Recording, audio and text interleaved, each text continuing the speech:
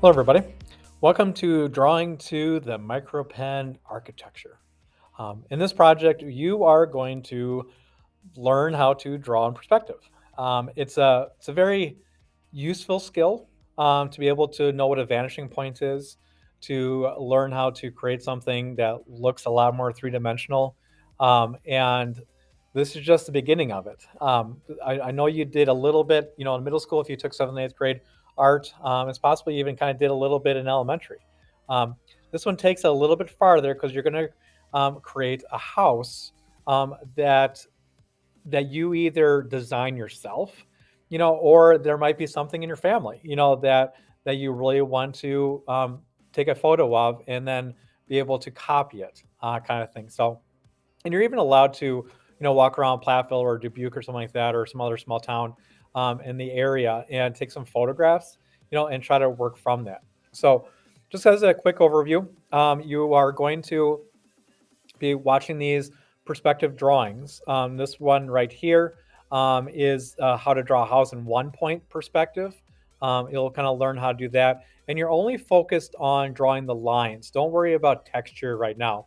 I just want to see if you can understand the lines. So don't worry about trees, or the river or anything like that in that one. Just pay attention to see if you can create, an outline of the house, or a contour line, I should say, drawing of the house. A contour line drawing is where you have lines inside, but just don't spend a lot of time on this. This is supposed to be pretty quick.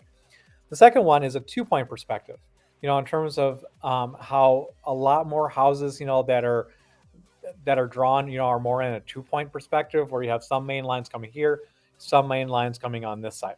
Okay. Again, don't focus on shading, don't focus on textures or vegetation or anything like that. It's just to see if you can do that contour line drawing up here. And the last one is how you can add texture. So you choose, do you like your 1 point better or do you like your 2 point? And just go in with your micro pen and just see if you can get some depth, with it, where you're cross hatching or you're hatching or you're stippling or you're stumbling, scumbling, or if you even want to try to do the texting. It doesn't matter a ton.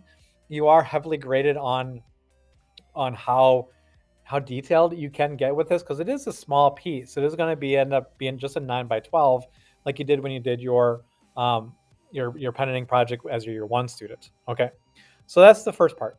Second part is, since we are talking about architecture, you can't talk about Frank Lloyd Wright when you live in Wisconsin and you're talking about architecture. So you're going to watch this short video. It's just 11 minutes, 35 seconds, and write down 5 things you found interesting. Also, in this day and age, we think about 9/11, when the two towers in New York City came down. During, or I should say after that time, there was a huge influx of, people putting out stuff, how they should be rebuilt, you know, and there were a whole bunch of neat ideas. And this is the one that they kind of went up with. Um, so watch this one. It is interesting. Hopefully, at some point you might be able to make it down to New York. Be able to kind of watch that. Um, Next part is find the vanishing points. So we will do this one in class because it gets complicated. Um, so I want to sit down with you as your group, and we'll spend probably about 10, 15, 20 minutes doing these drawings where you just find the vanishing points, which are, these are all, I think most of these are 1 point perspective. There might be or 2 point perspective. There might be one or two that's the other way. And then same thing here is that we're going to try to find the lines on here. And so you can also open your mind up if you decide to draw one yourself and be original with it. Do you want to do a modern or contemporary home? Do you want to do a log cabin, kind of feel to it? Do you want to do a mobile home, and try to make it, a little more interesting, in terms of how you can work with the lines and the detail, and or even tiny homes. Would you want to see if you can create that?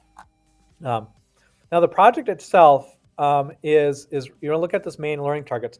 Students will create a unique house full of details, but I did emphasize that you can work off of an existing photograph that you took. Um, there's exceptions to that. Maybe the piece you want to do is in northern Wisconsin because it's a cabin that your family owns and you have a photograph of it. When you take a photograph, however, it has to include a corner. It can't just be a straight shot of the house right here. but you can see the front and you can see some of the sides. That's how you get your perspectives. Okay. Students create lots of highlights, shadows, and pen. I'm sorry, let's go back to that first one. Students create a unique house full of details. This is where people lose a lot of points. You have to have, your road, like your driveway, possibly even something else with that.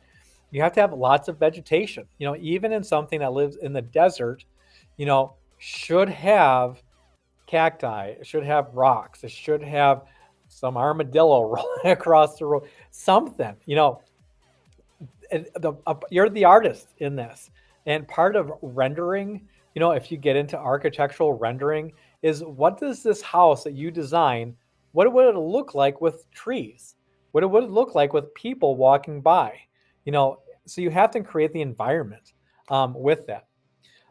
Second part, students create lots of highlights and shadows in pen.